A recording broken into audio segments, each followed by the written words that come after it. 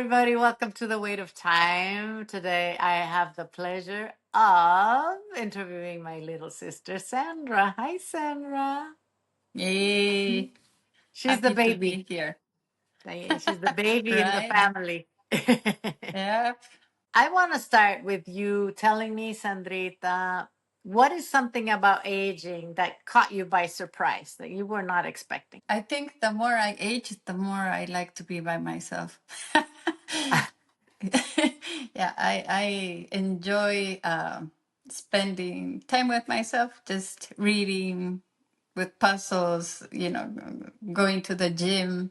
That doesn't mean I don't absolutely love to be with others, but I think the more I age, the better friend I become to myself. That's a good thing because, we might all end up alone. So it's nice to be happy with yourself. Right?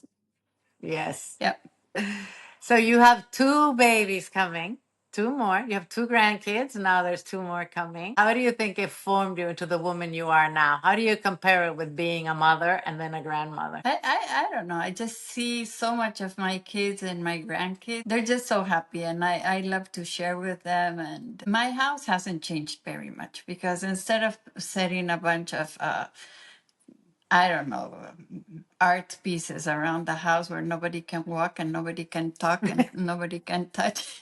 I don't care. The more grandkids I have, the more I think, oh, I'm going to get rid of this table and this other table. Yeah. Once a week, everybody comes. And it's beautiful because I have a table for 8, another table for 4. It's beautiful because, and kids are running and they're chasing each other and it's so noisy. It's just crazy. But I love it. I love it. I love it. I love it. I think that's the best time of my week. Our brother Billy was also in Las Vegas. You guys lived there together and you were very, very close to him as well. What Oh, yeah. memory of him makes you smile when you think of him? Billy was so good to me. He was so, so good. And I don't know, life is very special, right? Because I was living in Florida. The time came when my husband Waldo, he told me, okay, let's sell the house in Las Vegas and buy something here. It doesn't make sense. And I was like, oh no. Because I didn't want to take that step where I was going to be away from my kids forever.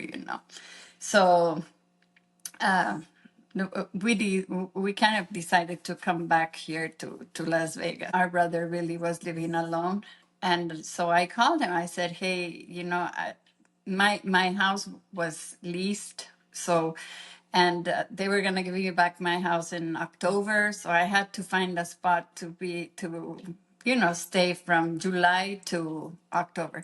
And my kids live here. I could have gone to their houses, but it was a very, very nice moment to share with him because who gets to spend 2 or 3 months with their sibling like that, right? So one day he comes and tells me, okay, let's go to the doctor. And it was very late. It was like 9 p.m. Who goes to the doctor at 9 p.m.? I'm like, okay, let's go. Went to an urgent care, and a doctor comes in and she's, why are you here? Oh, because I feel dizzy, I feel this and that. And she's like, how long have you felt like this? And he's like 6 months. And what did your doctor say? Nothing. Well, he didn't go to the doctor. That urgent care doctor wasn't very happy. She said, okay, this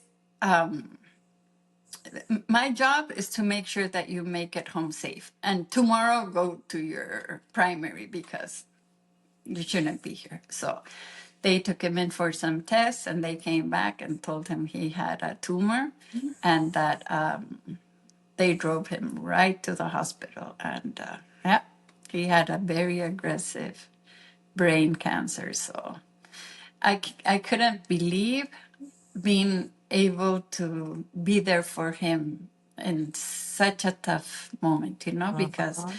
the chances for that to happen, me staying at his home, they were so slim, so slim. And Yeah. you never know why things happen. And it was very sad to lose him. I don't know what was harder to see him wait for the day he was gonna die or to see him go, you know, Yeah. because it sucks. It's such a long or short but tough disease. Sandris, you've been living with chronic pain for years and years and years of your life. No? How do you cope with it? When you're like at your worst, how do you cope? Well, I've had a journey with pain, a very long journey. It started in 2000, and one day I felt something sharp in my eye, and it turned out to be herpes. It was bad because it left me with a postherpetic neuralgia, and my whole right body hurt and hurt and hurt, and it didn't matter what I did, it wouldn't stop hurting. You know, it was very, very, very bad. After a couple years, our mom, she took me to Argentina. That was very special for me because we went to this hospital where they just treat chronic pain, you know. And first, the doctor told me, "Okay, I want you to know that you're gonna leave here with the very same pain you came."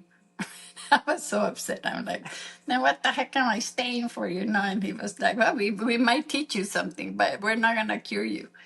And I was very frustrated. I wasn't expecting that, right? So okay, that was interesting. But then talking to them, it was so important. First, because I remember speaking to one of the doctors, and she told me, "You know what? Your pain is real," and that was so important to me because Uh-huh.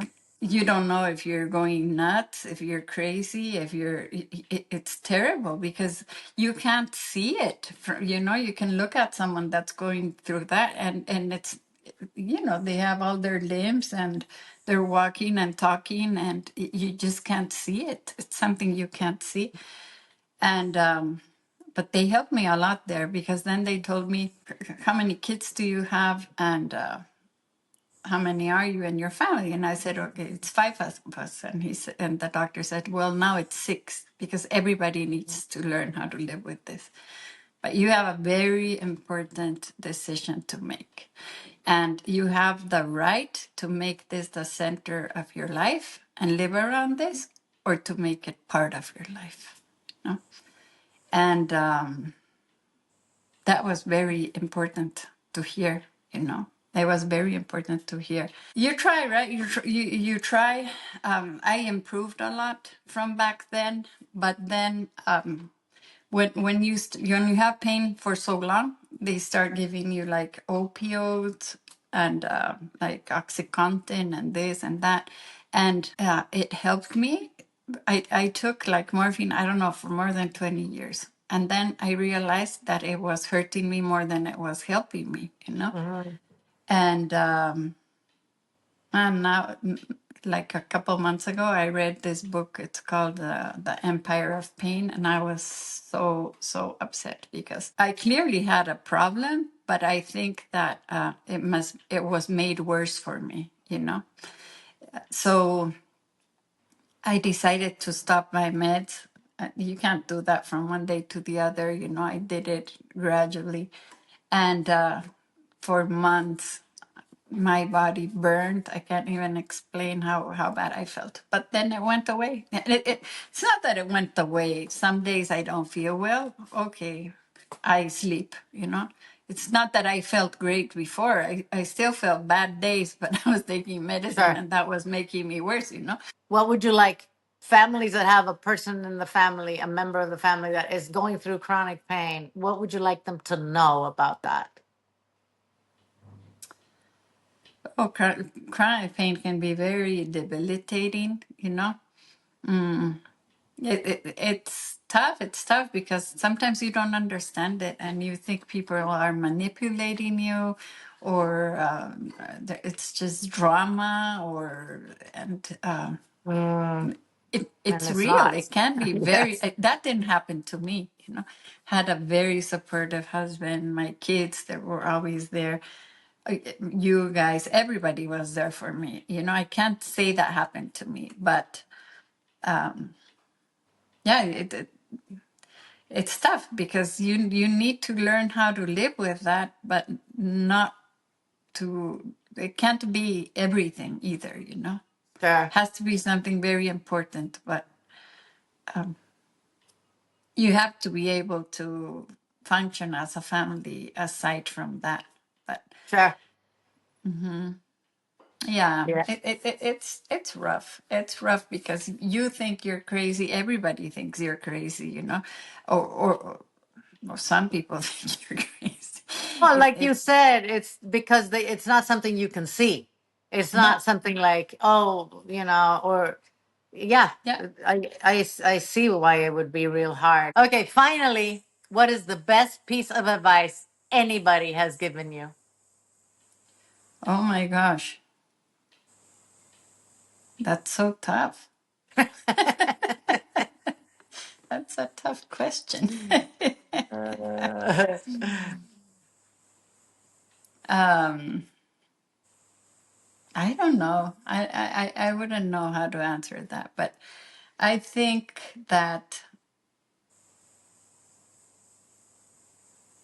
sometimes, you know, in life, things don't need to be white or black, or both things can be true, you know? And right. yep. And I think um, that helps you understand we don't all, we all communicate in different ways, you know? Some people are more, I don't know, analytical, others are more loving, others are more reserved, others are more, and you not necessarily are speaking with who you think you're speaking, you know, you don't always look at, yep, sometimes you're not having the best day, or so it's important to know that not everybody communicates the same, and I think that was very important for me to learn. That's good. I don't Thank you even know so if I much. made sense, but We'll let everybody comment at the bottom if it made sense or not. yeah, yeah. Sandy, thank you. I love you. Thank you so much for your I love time. you. Ciao, Take Reina. care. Bye. Bye bye.